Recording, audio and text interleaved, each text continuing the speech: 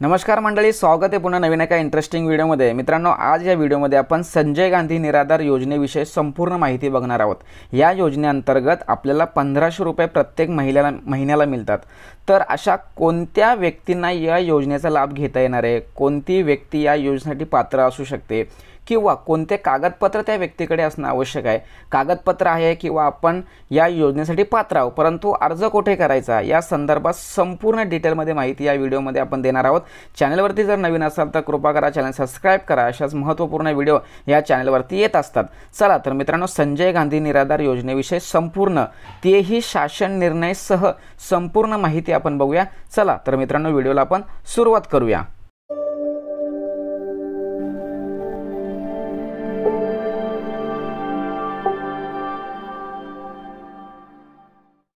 तर मित्रांनो, संजय गांधी निराधार योजनेविषयी संपूर्ण माहिती आपण सुरू करतोय। संजय गांधी निराधार योजना ही महाराष्ट्र शासनाद्वारे चालवली जाते किंवा महाराष्ट्र शासनाद्वारे या योजनेचं संपूर्ण कामकाज चालतं। तर या योजनेला सुरुवात ही 1980 साली झाली, म्हणजे ही योजना खूप पूर्वीपासून सुरू आहे। तर या योजनेसाठी लाभार्थी कोण असणार आहे? राज्यातील नागरिक, म्हणजे हा महाराष्ट्राचा नागरिक असणं खूप आवश्यक आहे। आता ही जी योजना आहे, ही योजना कोणत्या विभागातून चालवली जाते किंवा पार पाडली जाते? तर न्याय व विशेष सहाय्य विभाग जे महाराष्ट्र शासनाचा आहे त्यांच्या माध्यमातून ही योजना राबवली जाते। अर्ज तुम्हाला करायचा असेल तर कशा पद्धतीने अर्ज करता येईल? तर तो ऑनलाईन पद्धतीने व ऑफलाईन पद्धतीने दोन्ही पद्धतीने तुम्हाला अर्ज करता येईल। आता ऑनलाईन पद्धतीने अर्ज कसा करायचा, ऑफलाईन अर्ज कसा करायचा हे आपण पुढे बघणारच आहोत। आता या योजनेचा मुख्य उद्देश काय आहे? तर निराधार नागरिकांना आर्थिक सहाय्य प्रदान करणे, म्हणजे जे निराधार, त्यांना कोणीही आधार नाही अशा नागरिकांना आर्थिक सहाय्य करण्यासाठी संजय गांधी निराधार योजना सुरू करण्यात आलेली आहे। आता या योजनेचा लाभ घ्यायचा असेल तर तुम्हाला 1500 रुपये म्हणजे 1500 रुपये प्रत्येक महिन्याला मिळणार आहे। आता हे योजना महाराष्ट्र राज्यामध्ये सुरू आहे। या योजनेला पेन्शन योजना सुद्धा म्हणतात आणि 2024 मध्ये सुद्धा ही योजना सुरू आहे। आता सगळ्यात महत्त्वाचा विषय म्हणजे या योजनेसाठी कोणकोणते लोक किंवा कोणकोणत्या व्यक्ती लाभ घेऊ शकतात, कोणत्या व्यक्तींना लाभार्थी म्हणून या योजनेचा भाग होता येऊ शकतो? तर त्यामध्ये पहिला आहे अपंग व्यक्ती, अंध, मूकबधीर, मतिमंद इत्यादी स्त्री व पुरुष प्रवर्गातील व्यक्ती या योजनेचा लाभार्थी बनू शकतात। त्यानंतर जर आजार असेल, म्हणजे त्यामध्ये क्षयरोग, कर्करोग, अर्धांगवायू, सेरेब्रल प्लासी, एड्स, कुष्ठरोग असे जर आजार असतील तर अशा आजार झालेल्या स्त्री किंवा पुरुषांना या योजनेचा लाभ घेता येतो। त्यानंतर जर अनाथ मुले असतील, म्हणजे 18 वर्षाखालील जी अनाथ मुले असतील, म्हणजे ज्यांचा आई किंवा वडील किंवा काका वगैरे कोणी नसेल, जे निराधार असतील, त्यांच्या मागे पुढे कोणी नसेल, असे अनाथ मुलांसाठी ही योजना लागू होत असते। निराधार महिला असतील, निराधार विधवा महिला असतील किंवा शेतमजूर महिला असतील, यांना सुद्धा या योजनेचा बेनिफिट मिळतो। त्यानंतर आत्महत्याग्रस्त जे शेतकरी असतील, त्या शेतकऱ्यांच्या पत्नींना सुद्धा या योजनेचा लाभ मिळू शकतो। तसेच घटस्फोट प्रक्रियेत असलेल्या आणि घटस्फोटित परंतु पोटगी न मिळालेल्या महिला या योजनेचा लाभ घेऊ शकतो। म्हणजे मित्रांनो, आपण या योजनेसाठी पात्र आहोत किंवा नाही हे जर बघायचं असेल तर ही व्हिडिओ सर्वात महत्त्वाची आहे। अतिशय डिटेलमध्ये आणि एकदम स्पष्टपणे या ठिकाणी नमूद केलंय कोणकोणत्या व्यक्ती या योजनेसाठी लाभ घेऊ शकतात। आता आपण आणखी खाली आपण बघूया, अत्याचारित महिला, तृतीयपंथी, वेश्या व्यवसायातून मुक्त झालेल्या ज्या स्त्रिया असतात, देवदासी किंवा 35 वर्षाखालील अविवाहित महिला असतील, तुरुंगवास भोगणाऱ्या कैद्यांच्या पत्नीला या योजनेचा लाभ घेता येतो। म्हणजे अशा पद्धतीने हे सर्व मुद्दे सर्वांसाठी खूप उपयुक्त आहे। म्हणजे नेमकं कोणता व्यक्ती, कोणती महिला, कोणता पुरुष या योजनेचा लाभार्थी ठरू शकतो किंवा या योजनेचा लाभ घेऊ शकतो हे संपूर्ण या ठिकाणी दिलेले आहे। आता आपण काय बघणार आहोत, तर संजय गांधी निराधार योजना कोणत्या जातीसाठी लागू आहे? तर संजय गांधी निराधार ही योजना सर्वांसाठी लागू आहे। म्हणजे ओपन असतील, अनुसूचित जाती जमाती असतील, अनुसूचित जमाती असतील किंवा विमुक्त जात, भटक्या जमाती, विशेष मागासवर्ग इतर मागासवर्गीय किंवा निराधारांची एक श्रेणी, अशा सर्व जाती धर्माचे लोक या योजनेसाठी लाभ घेऊ शकतात. आता सर्वात महत्त्वाचा म्हणजे आपण कोणता व्यक्ती या योजनेसाठी लाभ घेऊ शकतो हे जर माहीत झाल्यानंतर आपल्याला कागदपत्र माहिती असणं खूप गरजेचं आहे. आता त्याच्यामध्ये आपल्याला पहिल्यांदा ओळखीचा पुरावा, त्यामध्ये अर्जदाराचे छायाचित्र किंवा ओळखीचा पुरावा किंवा पॅन कार्ड किंवा आधार कार्ड, तसेच मतदान कार्ड, निमशासकीय ओळखपत्र किंवा जर तुमच्याकडे RSBI यांचं कार्ड असेल तर, किंवा ड्रायव्हिंग लायसन्स, म्हणजे आपल्याला ओळखीचा पुरावा पाहिजे. यापैकी कोणताही एक तुम्ही घेऊन अर्ज करू शकता. त्यानंतर पत्त्याचा पुरावा तुम्हाला लागणार आहे. आता पत्त्याचा पुरावा कोणकोणत्या पद्धतीने आपण इथे वापरू शकतो, तर पत्त्याच्या पुराव्यामध्ये आपण ग्रामसेवक, तलाठी, मंडल निरीक्षक यांचे रहिवासी प्रमाणपत्र जे असतात ते आपण घेऊ शकतो. तसेच वयाचा पुरावा असेल, शाळा सोडण्याचा दाखला असेल किंवा शिधापत्रिका म्हणजे रेशन कार्ड, किंवा मतदान यादीत जर तुमचं नाव असेल ते मतदान कार्ड सुद्धा पत्त्याचा पुरावा म्हणून वापरू शकतो.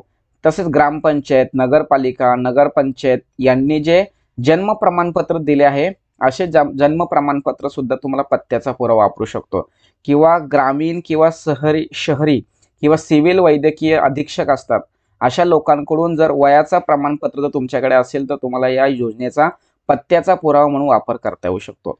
त्यानंतर तुम्हाला सर्वात महत्त्वाचं म्हणजे उत्पन्नाचा दाखला असणं खूप गरजेचं आहे. तहसीलदार किंवा उपविभागीय अधिकारी यांनी जारी केलेला जे उत्पन्नाचा प्रमाणपत्र आहे हे तुमच्याकडे असणं खूप गरजेचं आहे. किंवा जर तुमचं दारिद्र्य रेषेमध्ये जर नाव असेल तर यादीचा नंबर तुमच्याकडे असणं खूप गरजेचं आहे. रहिवासी प्रमाणपत्र असणं आवश्यक आहे, म्हणजे ग्रामसेवक किंवा तलाठी यांच्याकडून जो दिला जातो तो रहिवासी प्रमाणपत्र असणं गरजेचं आहे. जर निराधार योजनेचा लाभार्थी हा अपंग असेल तर त्याच्याकडे अपंगत्वाचे प्रमाणपत्र अत्यंत आवश्यक आहे, ते सिव्हिल सर्जन यांचंच असलं पाहिजे. त्यानंतर रोगाचा पुरावा म्हणून जर आजारी असेल तर त्याच्याकडे सिव्हिल सर्जनचा शासकीय रुग्णालयाचे वैद्यकीय अधीक्षक यांनी जारी केलेलं किंवा दिलेले जे प्रमाणपत्र असतं ते प्रमाणपत्र असणं आवश्यक आहे. त्यानंतर अनाथ जर मुलं असतील ज्यांच्या मागे पुढे कोणीच नाही अशा मुलांसाठी ग्रामसेवक, मुख्याध्यापक किंवा प्रभाग अधिकारी यांनी जारी केलेलं प्रमाणपत्र आणि गट विकास अधिकारी, प्रकल्प अधिकारी, एकात्मिक बाल विकास सेवा योजना यांनी सत्यापित केलेले प्रमाणपत्र हे अनाथ मुलांसाठी कागद वापरता येऊ शकतो. विधवा महिला असतील तर अशा लोकांसाठी पतीच्या मृत्यूचा दाखला असणं खूप गरजेचं आहे. आता या पद्धतीने तुमच्याकडे सर्व कागदपत्र असणं आवश्यक आहे. हे जर कागदपत्र जर तुमच्याकडे असेल तर तुम्हाला संजय गांधी निराधाराचा अर्ज सादर करता येतो. परंतु मित्रांनो, संजय गांधी निराधार योजनेचा अर्ज कोठे सादर करायचा असा प्रश्न सर्वांनाच पडला असेल. तर सगळ्यात महत्त्वाचं म्हणजे तुम्ही तहसीलदार कार्यालयामध्ये ऑफलाईन पद्धतीने सुद्धा अर्ज करू शकता. म्हणजे तुमच्याकडे जर समजा समजा तुम्हाला वाटलं का बाबा मी या योजनेसाठी लाभार्थी असू शकतो किंवा मला या योजनेचा लाभ घेता येऊ शकतो आणि माझ्याकडे हे सर्व कागदपत्र सुद्धा आहेत, तर अशा वेळेस तुम्हाला काय करायचं आहे, तुम्हाला तहसीलदार कार्यालयामध्ये ऑफलाईन पद्धतीने अर्ज सादर करता येईल. किंवा CSC जे सेंटर असतात शहरामध्ये किंवा ग्रामीण भागामध्ये जे CSC सेंटर असतात किंवा माही सेवा केंद्र असतात किंवा ग्रामपंचायतमध्ये सुद्धा CSC सेंटर असतात किंवा ऑपरेटर चालक, ग्रामपंचायतमध्ये संगणक चालक म्हणून एक व्यक्तीची नेमणूक केली असते, त्याच्याकडे सुद्धा तुम्ही हा अर्ज सादर करू शकता. किंवा जर समजा तुम्हाला स्वतःला जर अर्ज करायचा असेल तर ऑनलाईन पद्धतीने सुद्धा तुम्ही अर्ज करू शकता.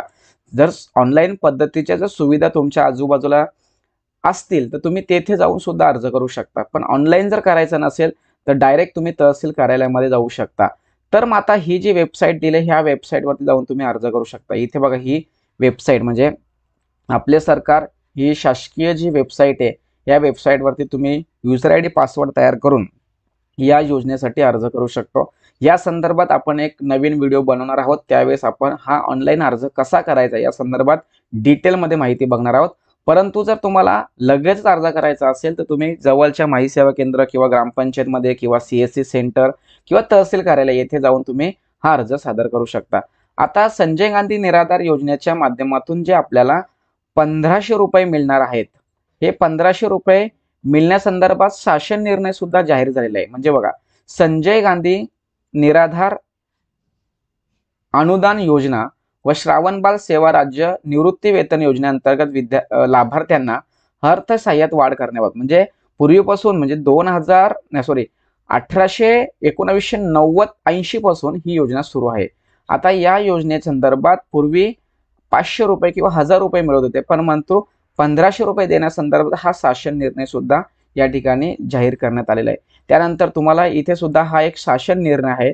या शासन निर्णयामध्ये सुद्धा तुम्हाला सर्व काही दिलेलं आहे. म्हणजे हा शासन निर्णय 2008चा आहे. म्हणजे 2008च्या मध्ये कोणकोणते निकष लावलेले आहेत या संदर्भात संपूर्ण, म्हणजे वय किती पाहिजे किंवा कुटुंबाचे उत्पन्न किती पाहिजे, सगळं पात्रता कशा असण्या पद्धतीने, या सगळ्या गोष्टी तुम्हाला या पद्धतीने, कागदपत्र तुम्हाला कोणते पाहिजे, ते वेळोवेळी शासनाने विविध माध्यमांद्वारे विविध शासन निर्णय पारित करून ही माहिती लोकांपर्यंत पोहोचवण्याचा विचार केलेला आहे.